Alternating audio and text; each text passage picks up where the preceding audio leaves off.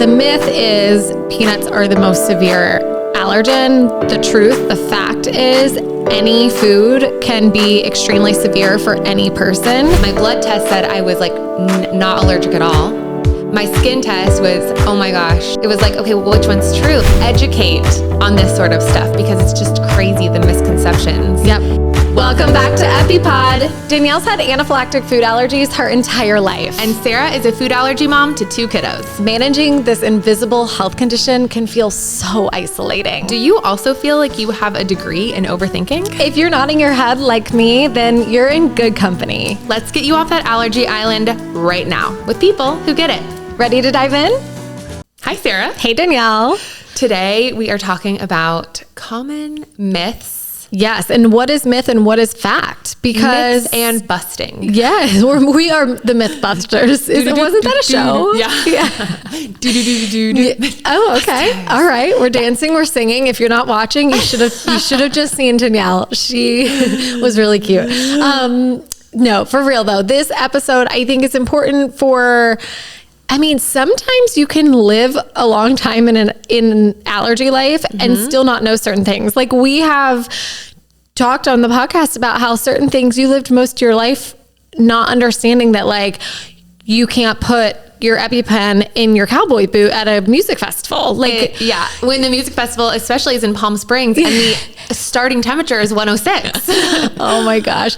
But like, I mean, yes, some people might not know, but other people also might want to send this to somebody who maybe isn't as familiar with allergies, somebody who watches your kid to be like, hey, here's the truth. I know that TV shows and movies can show certain realities, or in quotation marks, realities about living with food allergies, but it's not usually all that accurate. Also, like for 90s babies like me, the allergy world has drastically changed. True. You can't stay up on anything anymore. Yeah. Even from the time you had kids to now, when we did the lactation episode, like so much has changed from even when Ethan was a baby. Totally. Yeah. It is wild how fast it's changing. And I think in some ways it's a good thing, right? Because it shows that we're researching it more. People are paying more attention to food allergy suffering in general.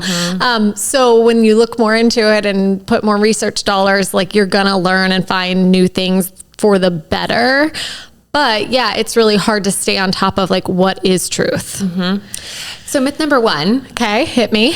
Now it's time to hear from one of our sponsors, Lorissa's Kitchen. Get 20% off the only certified top 9 allergen-free meat snack at lorissaskitchen.com. That's LORISSAS kitchen.com. Use promo code EpiPod. Not only are they certified top 9 allergen-free by Menu Trinfo, they use 100% grass-fed and finished beef or free-range poultry, and they're 0 sugar.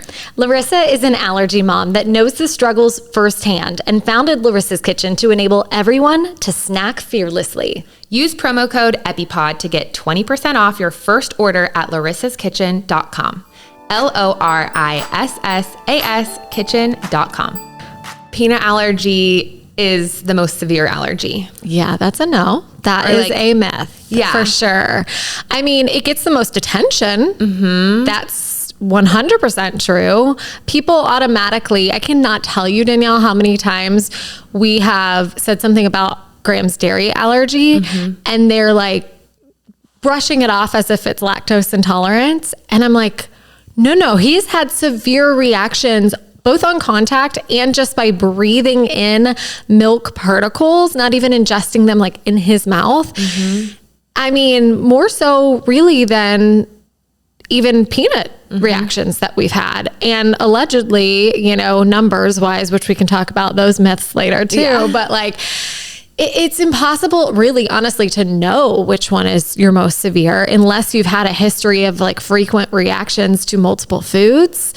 But yeah, I mean, people just don't take it seriously. I think they don't even believe that it's a thing that can happen. I mean, I always say I have peanut allergy privilege.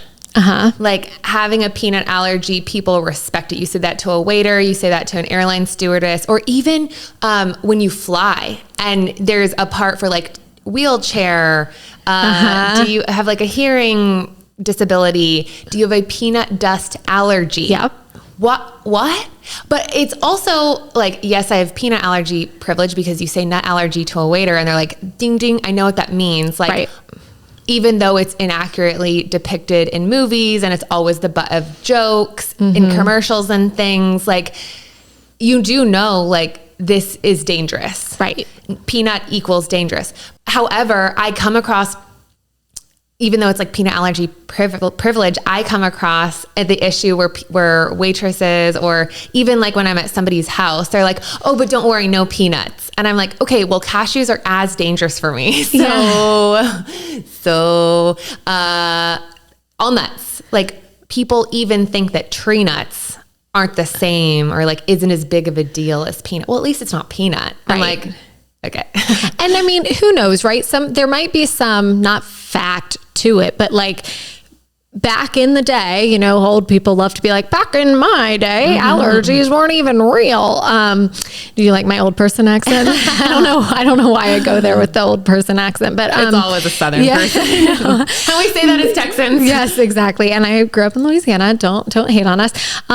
But I think there is some truth to the fact that when we were younger, even like you and I, and certainly when our parents were younger, they didn't know many people with allergies. And also the people they knew generally had a peanut allergy. So I think, like, I'm not a scientist and I don't know all the research like the back of my hand or anything, but I do think the prevalence of allergies in general has gone up.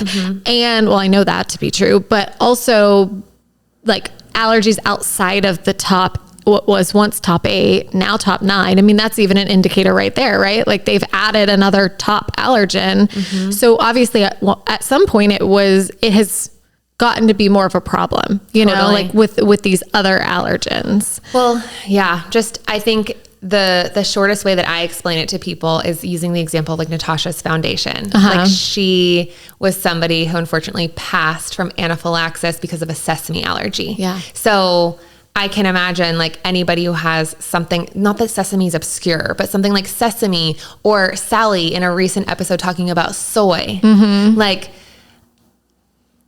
it's whether it's soy, gluten, sesame, those for certain individuals based on their individual body, immune system, blood test, etc. Like, that can be, they can have not a peanut problem whatsoever. Peanut butter can be their safe food. Totally. And they can be as anaphylactic to sesame as I am to all the nuts. Yes, absolutely. So, okay. The myth is peanuts are the most severe allergen. The truth, the fact is, any food can be extremely severe for any person.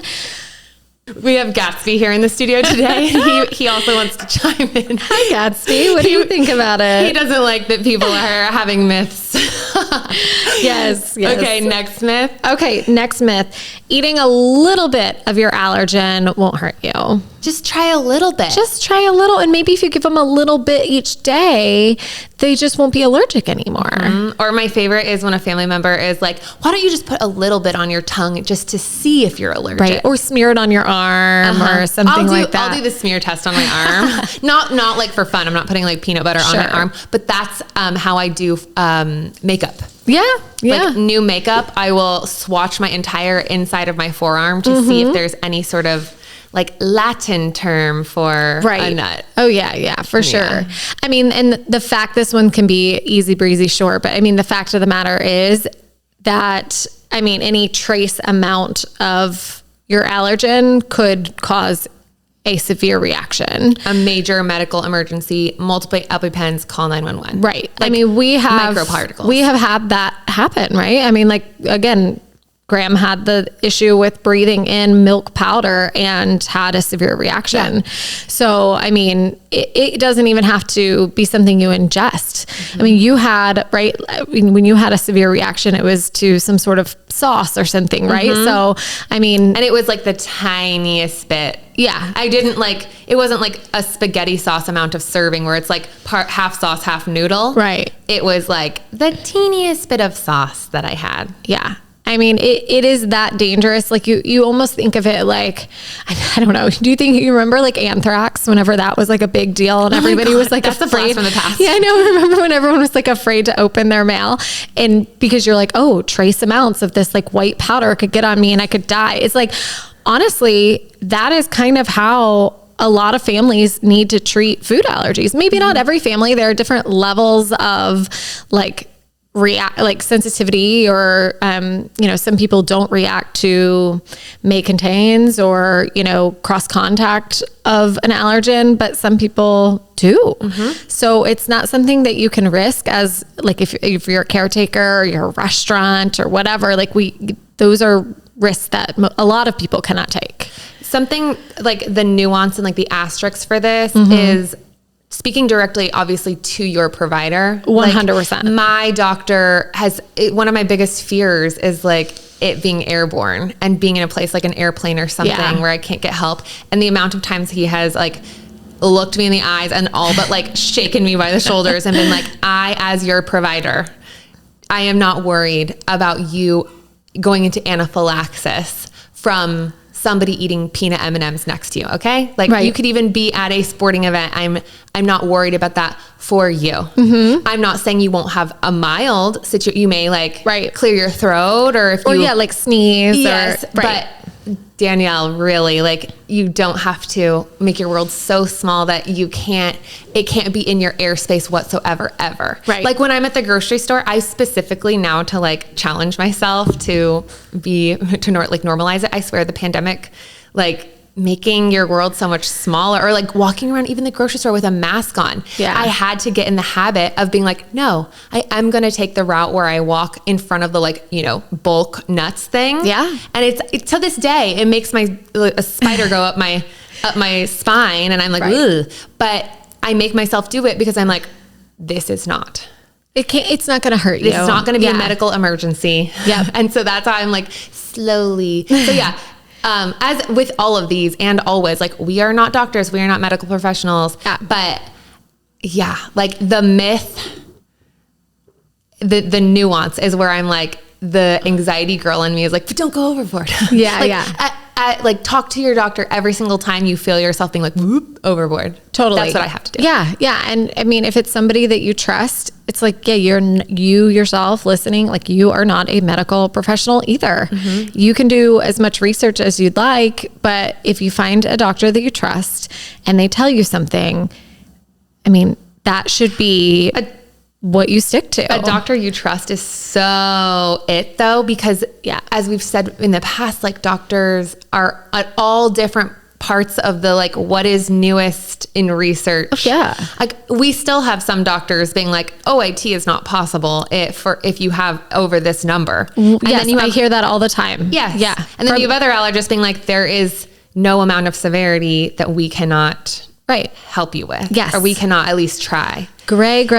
Always gray. Gray. We need a song. Our theme song needs to be something about living in the gray. Who is a composer? Who can help us with this? Okay. And kind of along these same lines, I always think about Oakley, red sneakers for Oakley, when we're talking about this next myth about a reaction that has only caused mild symptoms in the past must be a mild allergy.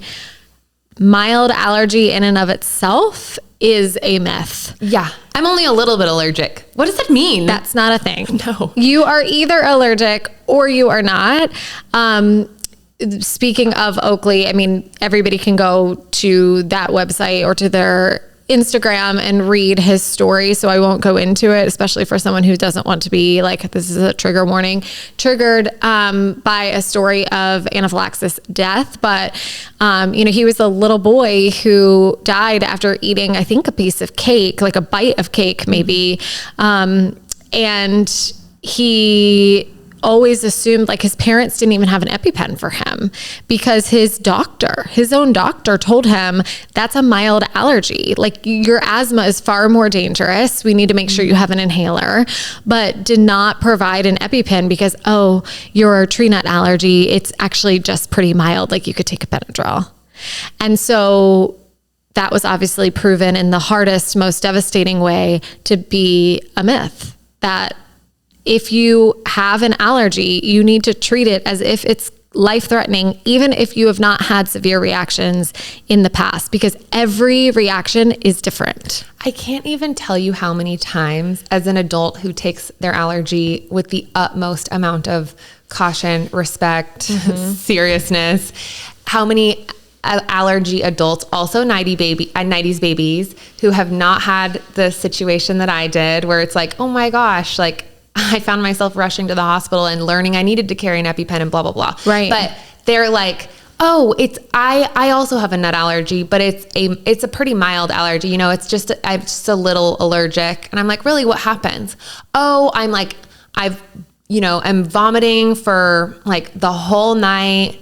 I'm like, you're vomiting multiple times and you have hives? Like, that's an EpiPen. Right. So it's just crazy. Like, also talk about gray. When people like mild, it's little is such a subjective. Relative, yeah. You're like, what is mild to you? Oh, well, I just vomit. I don't get, breathing problems. It's like, and we've talked about the allergy bucket before, this idea that like at some point you can have a perfect storm, kind of like a bucket runneth over type of moment. So like maybe that person, when they've had even if it's not what you described is not mild in my opinion, but like say somebody actually has a mild reaction, like hives around their mouth or one pop up on their arm, or maybe they, I don't know, have like some sneezing and respiratory things.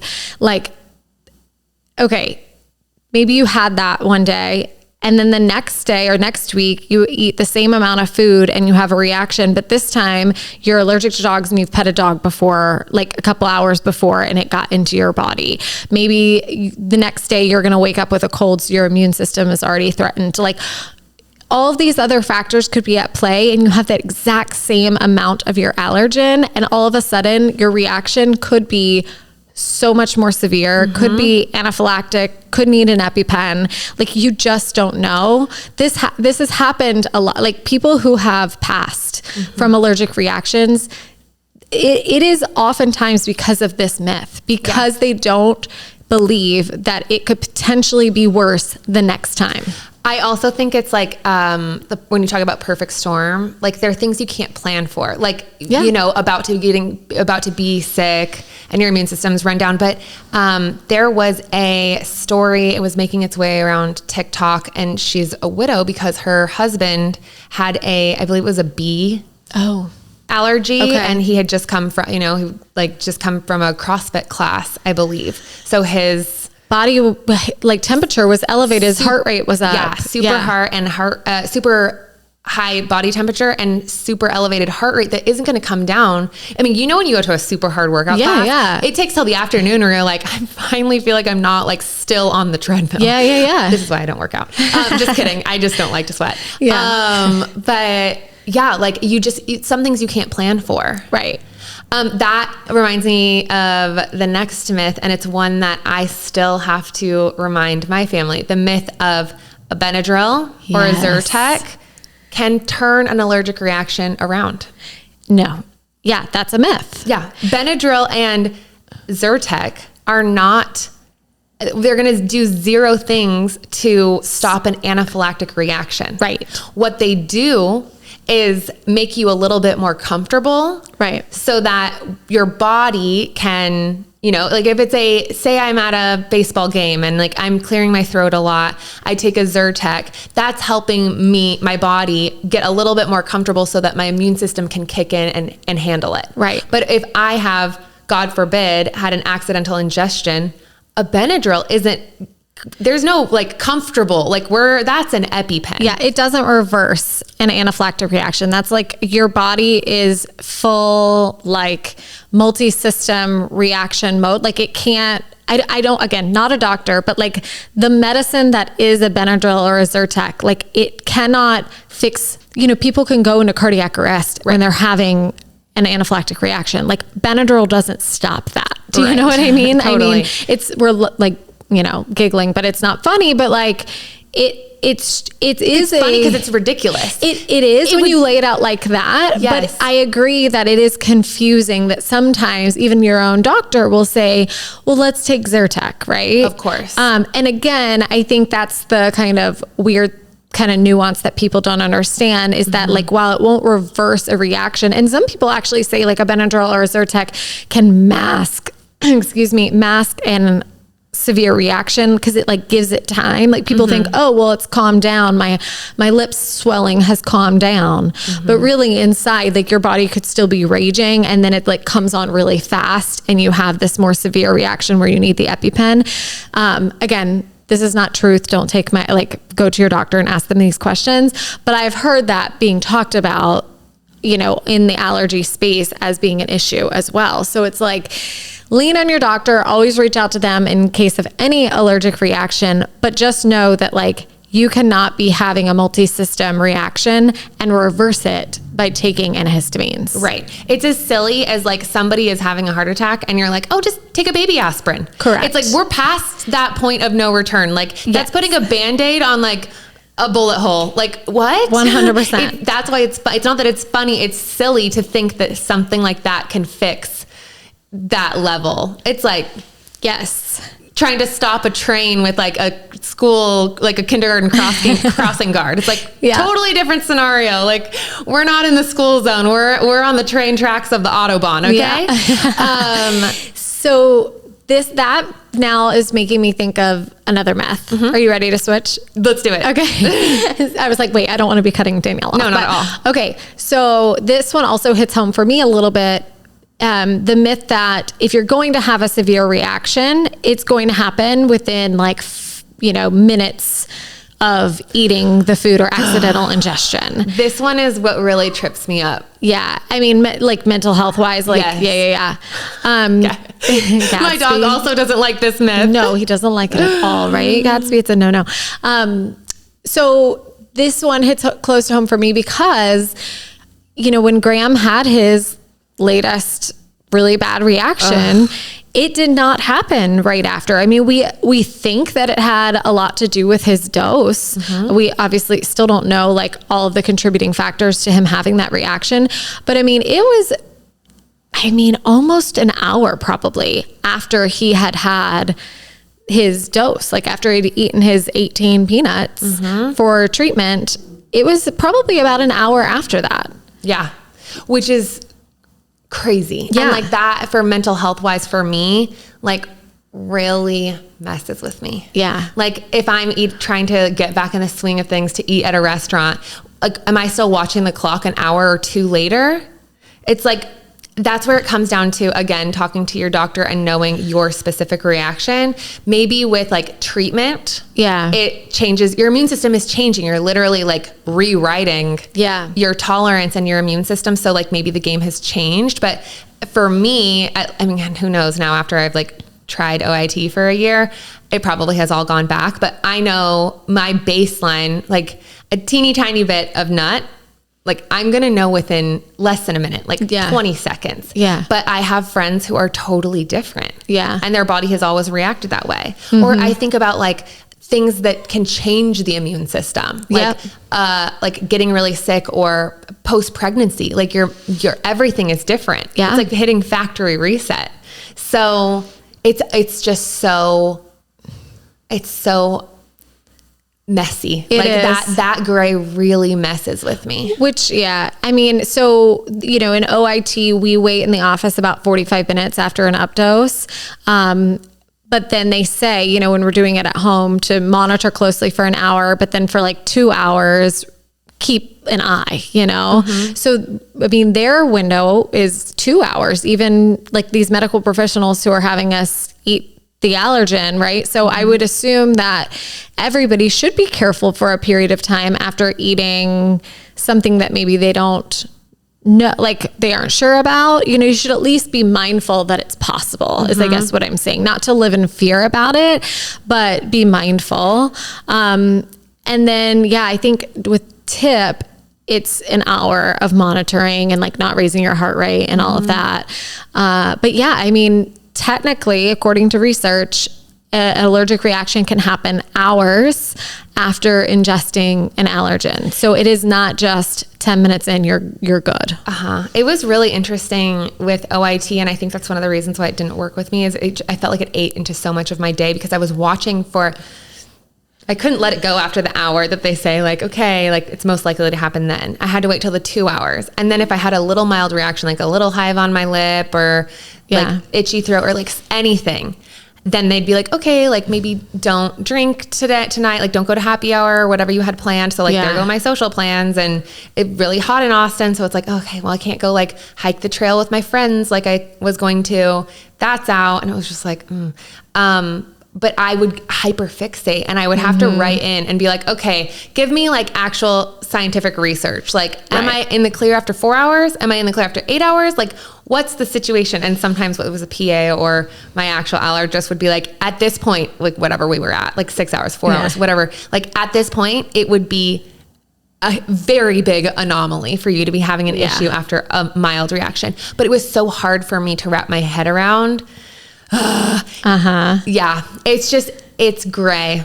And it's something that, like, if that's something that's gray for you, so worth booking an appointment and talking it through with your doctor. And I mean, I do think you're right though, that like the risk after, they wouldn't have that 1 hour and 2 hour markers if that wasn't what statistically is true. Right. So like there is some truth in that. I think the majority of people react very quickly within minutes, but the myth that it couldn't happen is true. You know, like that is the myth. Like it definitely can happen with, you know, hours later after ingesting an allergen.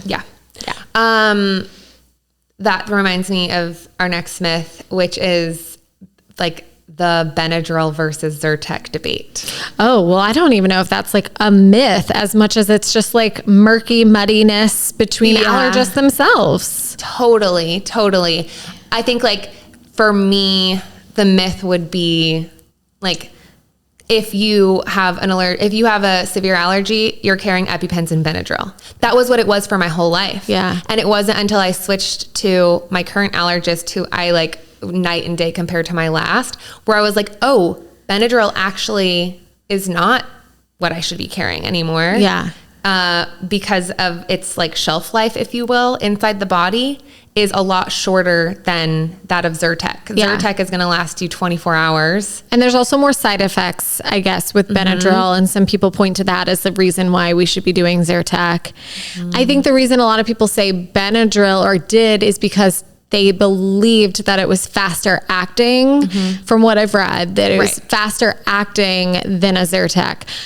But now I think research shows that it's really pretty close. And again, the fewer side effects with a Zyrtec and the longer shelf life inside the body make Zyrtec the better choice.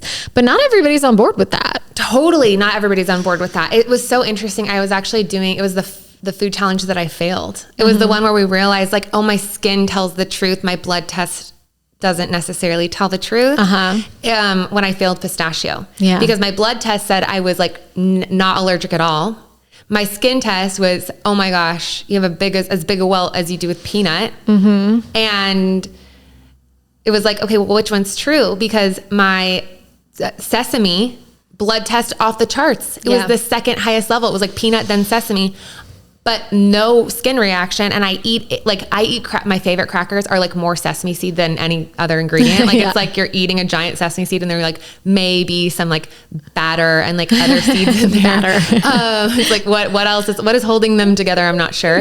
So I was like, well, which is true? And he was like, well, based on that, we probably know you're okay with sesame, but let's do it with tahini since it's ground up. Like maybe I'm not like, that's the one you couldn't stomach. I mean, it was disgusting to me, like the taste, but I was fine. Like my stomach hurt the next day, but who knows? Like I passed sesame and I eat it all the time. But we pistachio was the food challenge where we were like, is your skin or is your blood telling the truth? Because everybody's kind of different. We need to do a whole episode. I was about to say, I think this is definitely a myth, but it's also an entire episode because I mean, just that unknown and mythy, that's not a word, but like there are so many people that think my number for X, whatever it is so high, I'm so allergic.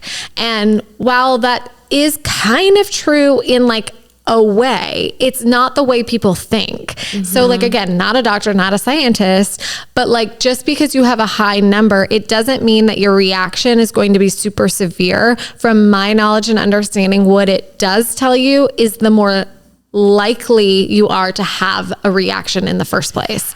So like if you have a super high number for milk, you're more likely to react if you drink milk, but it doesn't necessarily dictate if you're going to have a mild or a severe reaction. It's so interesting because I had not heard that before. It was like explained to me as like, this just gives us a really good guess as to whether it's okay to food challenge. Yeah. Like this gives me a really good shot of deciding whether this is a good idea.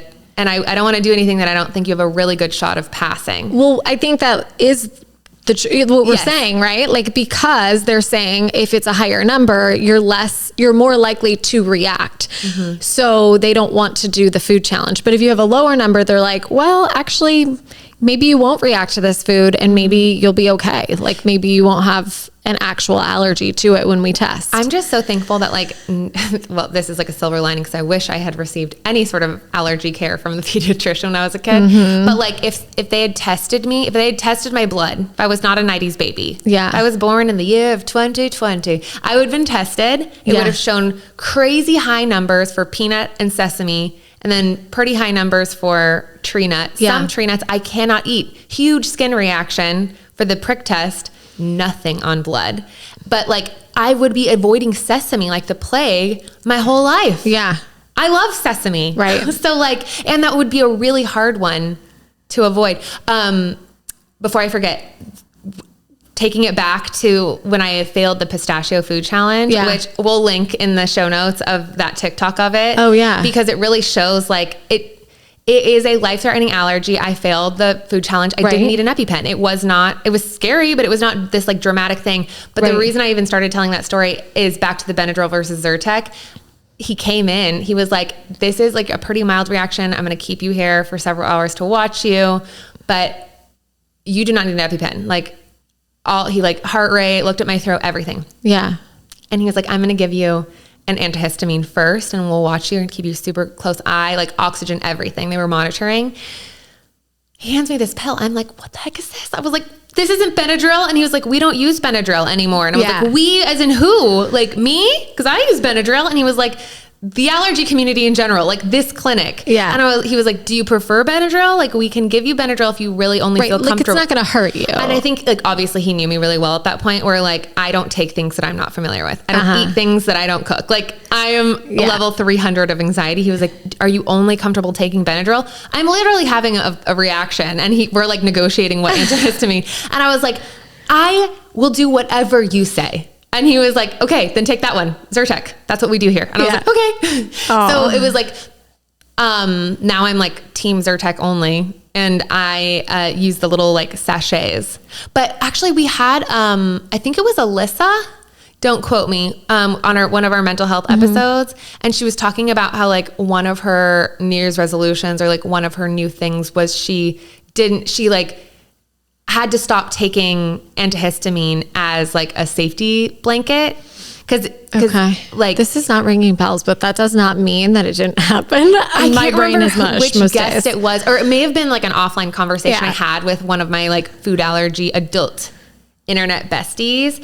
I'll text her and see if it was her or I'll figure out who it was. Yeah. But they were basically saying like, as somebody with severe food allergies, I had to get out of the habit because they were not afraid of the EpiPen, but like they were kept thinking like first line of defense equals antihistamine. Right. And then it was like, if you are having an allergic reaction, like you take the EpiPen or your body is handling it. Right. Like there's no, like Zyrtec isn't your like knight in shining armor. True. So they were just explaining like, I had to make the big mindset shift that like, this is to make you comfortable, not like, do I need treatment or do I not? Right. Yeah. Yeah.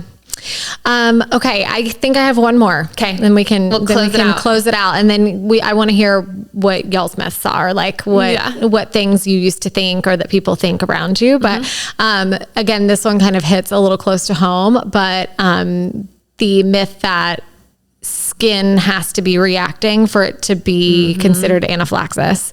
So for Graham and his latest reaction, he had a little bit of like redness and swelling, but like no big hives, like full body hives all over him. Like he did not have any of that. And even the ER doctor, believed this myth that, well, if there are no hives present, then it is not anaphylaxis, where you can look to any researcher, like talk to any allergist, and they will tell you that while they are, again, very common to have hives or any kind of skin reaction when having anaphylaxis, it is not required. There could be other systems at play, and it will still be considered anaphylaxis and still require epinephrine. I like had the biggest eye roll ever. I like saw the back of, I saw like my brain when I was doing that, is like having a doctor in the middle of a medical emergency, like you're going through trauma, being like, well, he didn't have full body hives. We have an episode with Dr. Maya Garfay talking about her work as a board certified allergist, her work into creating something both for providers and for just people in the allergy community, whether you're a caretaker or you have one yourself, to educate on this sort of stuff, because it's just crazy, the misconceptions. Yep. And then it puts the parent or the person who's going through the reaction themselves questioning what they've been taught by their own allergist. So, depending on when you're listening to this. Yeah, that will be a good resource for sure. Either search Dr. Maya Garfay in our Spotify, or it will be upcoming very soon, depending on when you listen to this. Yeah, for sure. But okay, well we could probably honestly sit here for 2 hours and talk about things that people are confused about or misconceptions that are put out, whether by media or grandmas or whoever. But I do feel like those are some of the top ones. So even if it was just to like commiserate with us here on the couch, I hope you enjoyed this episode. Yes. And if there's any myths, obviously talk to your doctor, but we want to hear your myths. For sure. Cool. Well, we'll see you all next week. Okay. See you next week.